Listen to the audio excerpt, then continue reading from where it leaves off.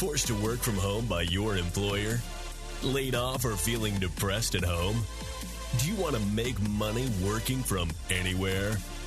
We'll show you how to do it from your couch. It's time for another episode of the Work From Home Show. Coming to you from their homes in Austin, Texas and Tampa, Florida, here are your hosts, Adam and Naresh. Hey everyone, welcome back to another episode of the Work From Home Show. I'm Naresh with Adam Schrader, and today we have retired U.S. Navy SEAL Master Firearms Instructor and a neural pathway training expert, Chris Sajnog, on the show. He's a #1 best-selling author of How to Shoot Like a Navy SEAL, Combat Marksmanship Fundamentals, and Navy SEAL Shooting, Learn How to Shoot from Their Leading Instructor. You might be wondering, why do we have a guy who's a specialist on Navy SEAL training, shooting on the show? Well, there are a lot of lessons we can take about teamwork, about leadership from those who have served in the armed forces. And so I thought, let's have a quick episode, talk to Chris. He's really renowned in his field, in his specialty. And I think he has a lot of good wisdom to share with people currently working from home. So Chris Sajnog, welcome to the Work From Home Show. Thank you for having me, Naresh. Glad to be here. Yeah, and let's start the discussion by talking about, how do you think employees and companies can lead like warriors while they're isolated from their teams, especially in this current work from home pandemic, post-pandemic environment? Yeah, well, so it all kind of stems from my time as a Navy SEAL and the way leadership works in the SEAL teams. And in the SEAL teams, the way leadership works is it's completely different than anywhere else, because everyone on the team needs to be a leader and needs to be able to step into that leadership position at a moment's notice. So being a SEAL has taught me to be a leader, because, we go into a room and the situation changes instantly, or we find ourselves remotely alone at different times. We're split off from the unit, whether planned or unplanned. And that takes us directly into where we find ourselves today, where people are working remotely. And if we could teach our employees or coworkers to all lead themselves, I think it'd be a lot better outcome for everyone involved.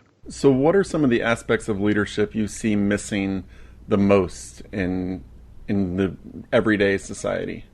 The biggest one I've noticed, especially now in this remote working environment, is a sense of being personal, having a personal relationship with those you're working with. And you're more able to have that when you're working closely with people and you hear the little stories about what's happening in their lives. And I think people don't realize that those problems are still happening in people's lives, or even good, exciting things and birthdays and their kids doing something. Normally we hear about those things. And I think leaders need to be reaching out and not just saying, hey, did you get the TPS report that I sent? But are you also like, hey, how are your kids doing? Hey, I know your kid plays volleyball. Are they back playing yet? And getting this sense of connection with the people you're working with, because that's what we have in the SEAL teams. That's the biggest part of being a SEAL, is the teams. You very rarely hear us say, I was a SEAL. We'll say I was in the SEAL teams, and we call it a brotherhood, because we are so closely connected to those we're working with. So I think if leaders today can start working on getting that sense of connection with the people they're working with, that's going to make people just really feel better about themselves and want to work harder for the team. How do you apply SEAL training to leading, I guess, quote unquote, civilians in business? Sure. So I came up with an acronym based on teams. One thing, I just love acronyms for some reason. But I use the acronym TEAMS to describe how to work like we do in the SEAL teams.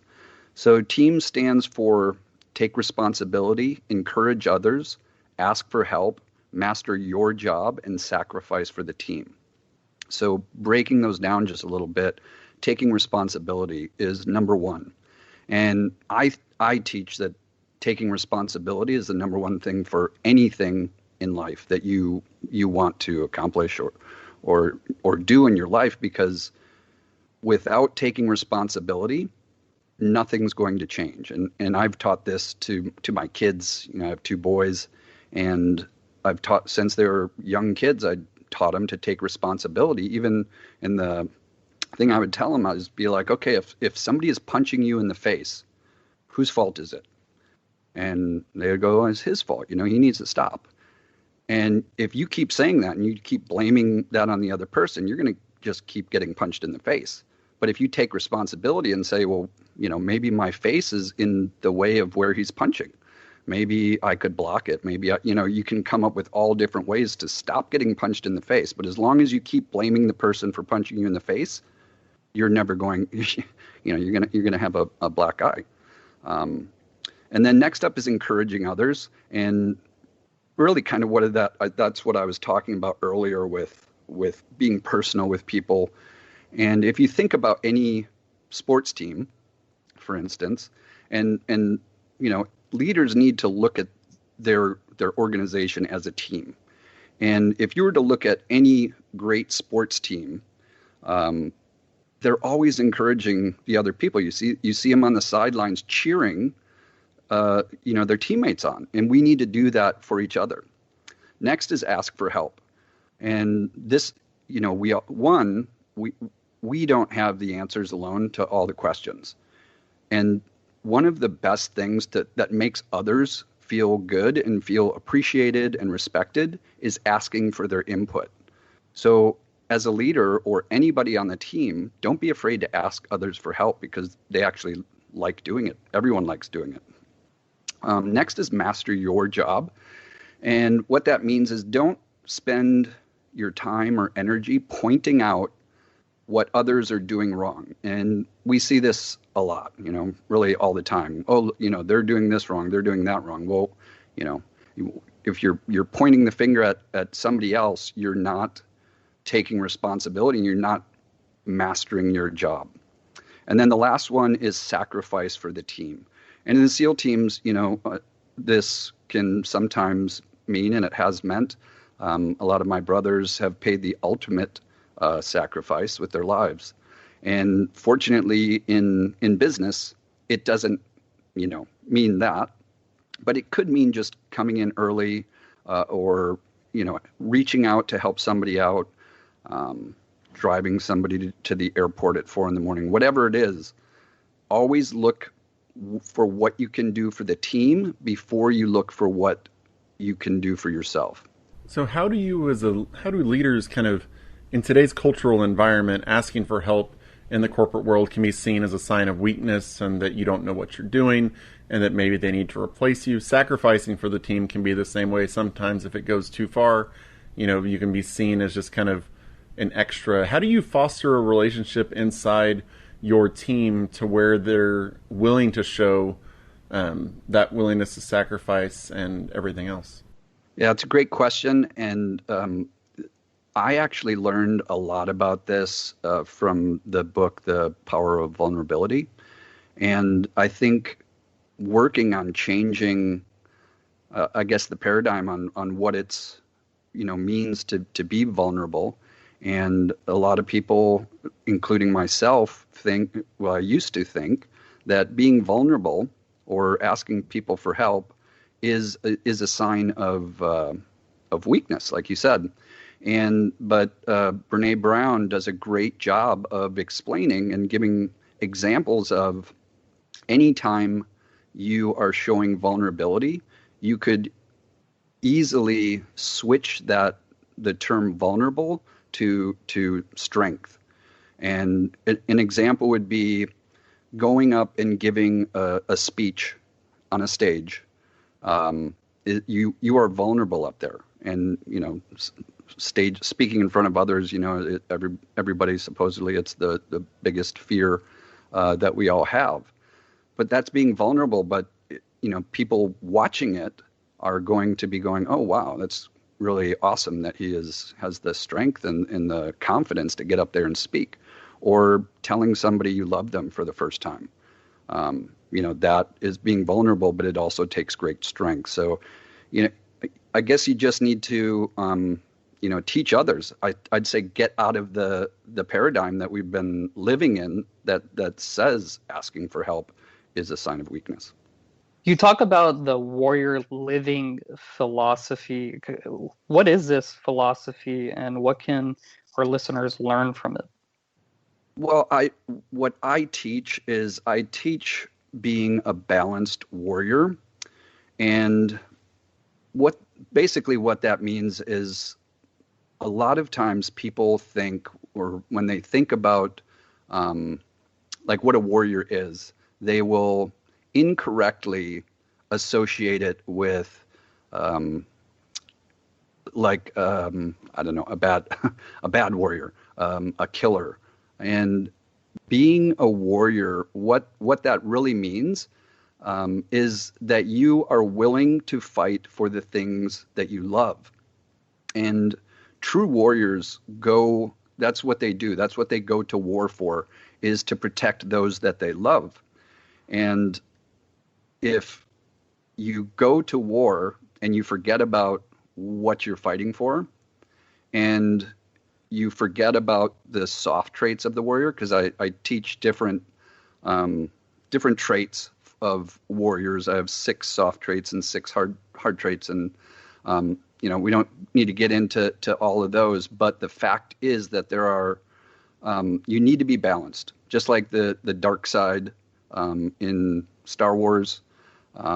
We all have a dark side, but we need to foster the soft traits of the warrior to be balanced. And unfortunately, sometimes people coming back from war, they've been subject to the hard traits, and rightfully so, because of they're in war. And what we're finding out too, and luckily the government is getting into doing this when our warriors come back, is they're getting them to spend time with their family and getting them back into learning the soft side of being a warrior. You mentioned the 6 hard and 6 soft traits. I know we don't have time to go into all of them, but could you just kind of list them for the people who are listening? Sure. So the hard traits are being confident, being strong, being aggressive, being disciplined, being active, and then the last one is being brave. And just like I was speaking of earlier, this can also, you could interchange that with being vulnerable. The soft traits are being self-aware, being patient, being humble, being loyal, being honest, and then the last one, which I believe is the strongest force in the universe, is being loving. Talking about survivalism, going a little bit off topic, but this is a very kind of tumultuous time with crime on the rise. We see rioting, looting, just all sorts of destruction on the streets, burglaries, robberies, assaults, child abuse. I mean, it's a difficult year, 2020, 2021. I think it'll probably continue into early 2022. What basic survival techniques can you recommend to our listeners who are kind of, I guess, stuck at home, whether because of their jobs or because of just a fear of the pandemic? Yeah, so the first thing is find out the facts about what is happening around you, and what's really happening with everything that's going on with the pandemic itself. So, get clear on the facts about what's going on around you. And then as far as just, kind of personal security, the number one thing that I teach people is to learn how to be observant and be aware of what's going on around you. So When you are out and about, get your head up, and we say head up and on a swivel, out of your cell phone, so you're not looking down at your mobile device, especially while you're driving.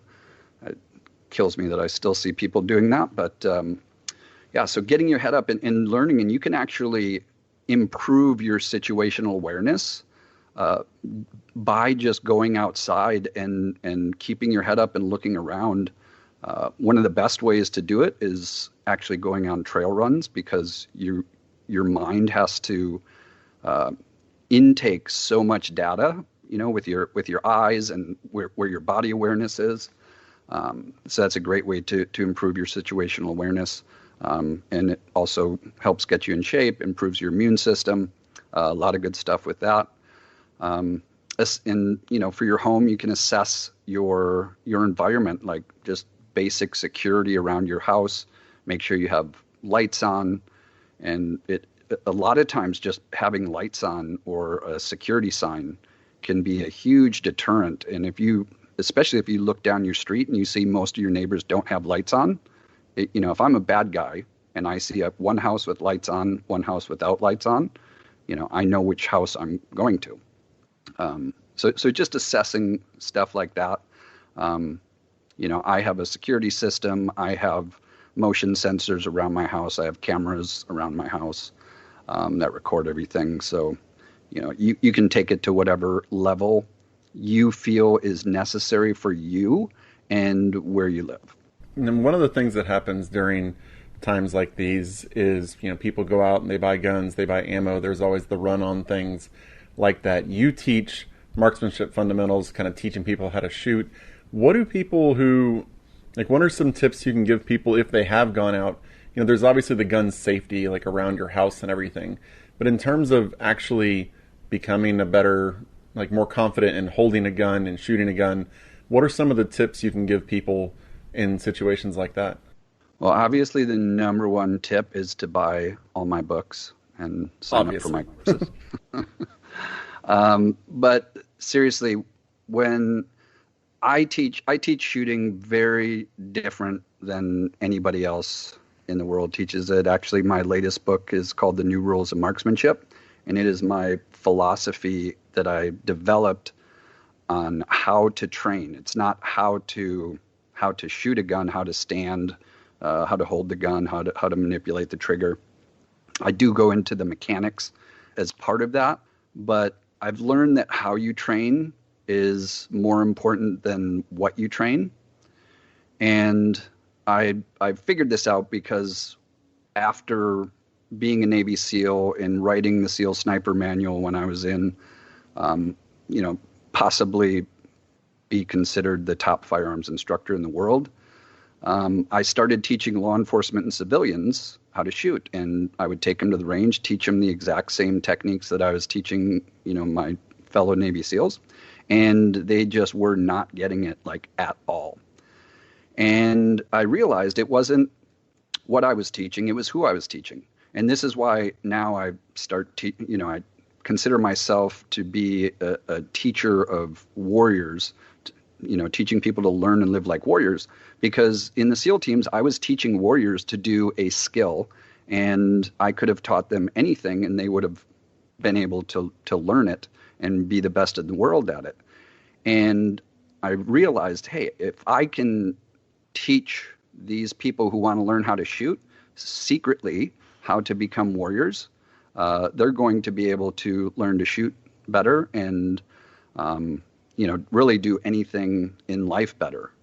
And one of the biggest problems, just getting back specifically to learning to shoot, the worst place you can learn how to shoot is on a live fire range. And the problem is that most people, if they want to get a gun and learn how to shoot, they'll go to the gun store and they will buy the biggest, shiniest gun they can find, and they'll buy a box of ammunition and they'll go to the range and they will stand there and, maybe with an instructor even. The instructor will load the gun up for them, hand them the gun and go, okay, point it in that direction and pull the trigger. And good luck. And oh, by the way, if you do anything wrong, you have the potential of killing me, yourself or anybody around. So don't be scared. And of course, everybody's scared. And then they pull the trigger and the gun goes bang.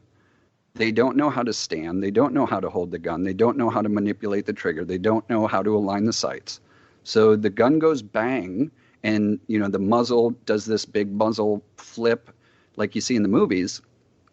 And from that point forward, people think that shooting a gun, your gun is supposed to have this big recoil, and you need to close your eyes. And because what's happening is whenever you do something, you're building a neural pathway. And when you do something and you live, your body says, let's do that again the same way next time.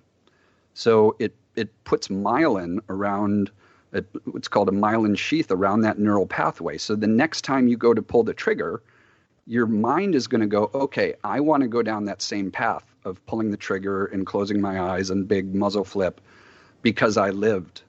And then they keep shooting and keep reinforcing this. When what really needs to happen is do what I do. I teach people to learn and practice at home. So you learn how with a plastic gun, all the safety rules. This is how I taught my kids with a plastic gun. Here's all the safety rules. Here's all the parts of the gun. Here's how you hold the gun. Here's how you stand. And then I moved on to an airsoft gun. So then they could start working on, accuracy and trigger pull, and then just practicing with an unloaded gun. And you can do, there's so much more that goes into shooting than just pulling the trigger. And that's the only real part that you are going to get by going to the range. Like, it's the only part you're missing out by learning at home.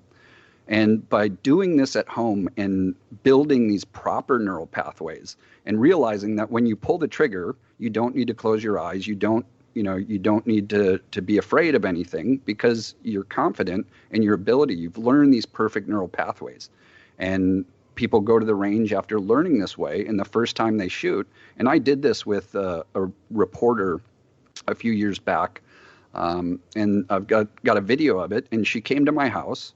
I took her through this process in about 20 minutes, and then we went to a local range and had her shoot, and all of her shots from the first, she had never shot a firearm before, were dead center in the middle of the target. And, she said, oh, wow, I thought I would be afraid, and this is really easy.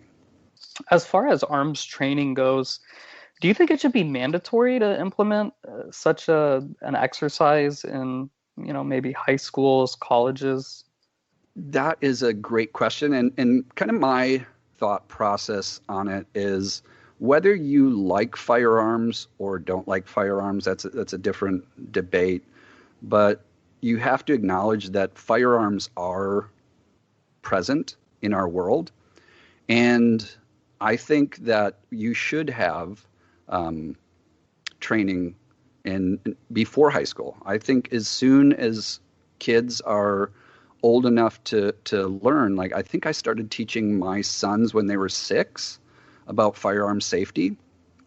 And people can think, well, I don't have a gun in my house, so I don't need to worry about it.